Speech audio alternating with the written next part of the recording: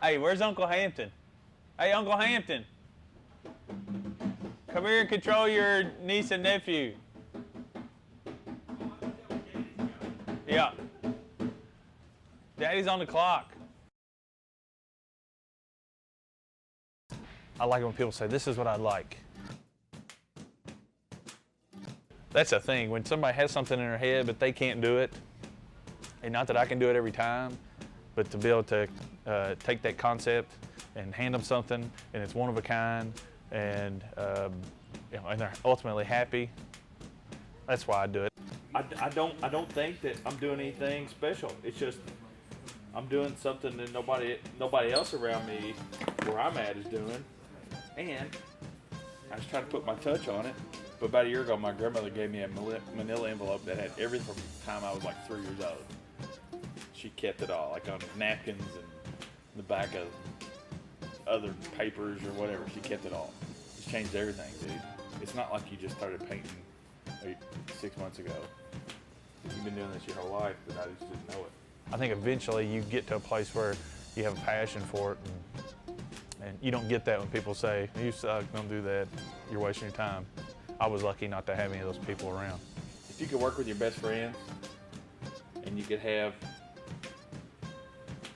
all the people around that you wanted to be around, if everybody could profit from that, because I love it when somebody says, man, I love your shirt cult shirt, and I'd say, well, you can go to this website and buy it. Or, I was thinking of having a portrait done of my dog. I go, that's not really my thing, but I got a buddy who says that's what he wants to do. It would be easy to be selfish and go, hey, this is my art show, I don't want anybody else's stuff there. But at the same time, it's like there's somebody who's going to come and look at my stuff that it doesn't necessarily like my style, but they're my friend, but may see something that he does and go, that's it. That's what I've been looking for. And then his friends may do the same thing to me. Most people think of artists as, eccentric, real heavy people that, you have to really be in tune with all that stuff to understand their work, and I really like to paint and draw, but I was in music probably trained me for the whole intellectual property world of what is something worth, and so I'm really approaching it as a business also. So I want to paint whatever I want to, but I also want it to be marketable, and I want it to be something that I think people would like. And ultimately, I've got to like it first, but I always have customers in mind, or people that this would look really good in this kind of person's house, and then make it affordable.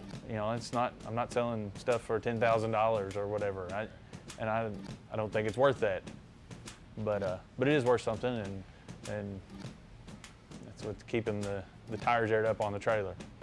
Right? But how can you make a living if you don't? Let's sell it out of your own It's shirts. about playing the game and being smart.